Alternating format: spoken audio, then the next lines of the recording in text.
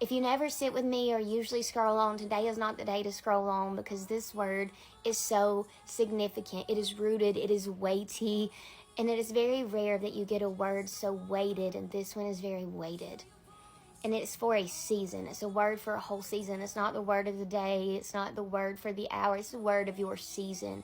And it's called the unlikely messengers. And I'd like to read it to you.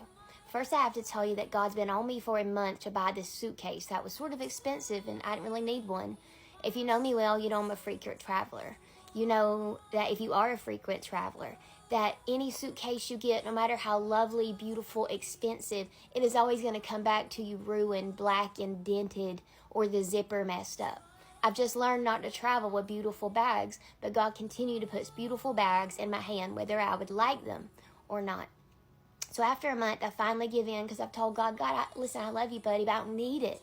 I love you, buddy, but I don't need it. And every time I would go to town, it would just speak, and it would just sit there. I told my little boy about it, and he said, Mama, you know what's special about that suitcase? I said, what, Ben? He said, well, 1, it's beautiful. And 2, it's really not that expensive. And 3, we could get all of our things in there if we needed to. So I reluctantly go, and I take it to the register. And I know more than anything that I don't understand what this suitcase means, but I do know that God is going to stop talking to me about it if I get it. So I do, and that's actually the reason that I got it. But I dreamed about that suitcase last night, and it's such a detailed one. It has landmarks and churches in D.C. and Paris, and it's all these places, and a lot of them that I've traveled to quite a lot. So I had this dream that I was packing that very suitcase. The room I had rented was not pretty. The situation made little sense. I was enclosed in a room where I was with a person who had alienated me, abandoned me, and harmed me. As this person went to their vehicle to leave for something needed, I felt my spirit quicken to follow them. Through the glass, I looked into their eyes and said, "The of the Lord is my..." And I waited for them to fill in the blanks. They stared back at me a little confused. "The joy of the Lord is my strength. I can do all things through that gives me..." I wait again. They look me in the eyes once more, and they say, "I can do all things through Christ who gives me strength." Their face changes, and I feel their burden lift. I feel them unsure of me, but sure of God. And even though I was unsure of the situation and had no explanation, I was sure I had been moved to minister to the least likely. In this season, God is using the alienated to minister to the very ones who hurt them. Many of you will return to churches from traveling ministries. Many will be expanding and leaving to travel to situations they don't yet understand. You will get calls from those who forgot you. You'll become the consulted. You'll become the secretly sought after. Get comfortable being uncomfortable. Unpack your suitcase. You've always been a bold one, and God has always known. You will find yourself the solution when you were labeled the problem. Eyes will be opened even if mouths don't declare it. Do you know how often they are looking to your camp to see which way God is moving? Often. And this is God's portion. Oh, weary traveler, what an honor it is to be trusted to minister to those who meant you harm. Rebuild the temple, Nehemiah. This apostolic move will rebuild many hearts too.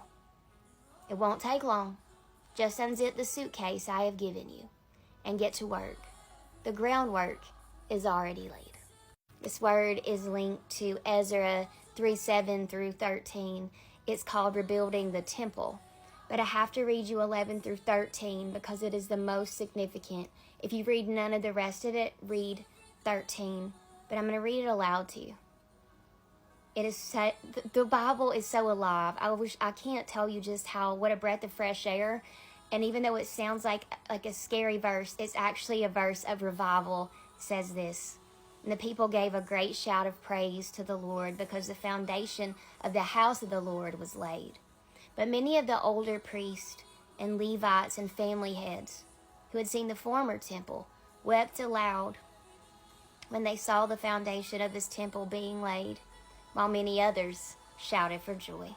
No one could distinguish the sound of the shouts of joy from the sounds of weeping, because the people made so much noise, and the sound was heard far away. God has already laid the foundation. You just got to do the legwork that you don't want to do. From one suitcase buyer to another one, can I just put a little seed of faith in you today? That if God has had you out here metaphorically, physically, spiritually, buying suitcases, unpacking your baggage, or packing your bags, unlikely messenger. Do you know how quickly they rebuilt this temple? It was actually almost physically impossible. It was all because God helped them that it got done so swiftly. This will be a swift season. And one day they will remember you for being once unlikely and then the one to help rebuild it all. This is for a large group of people. But take that back to God. I really, really like that word. You ain't so bad.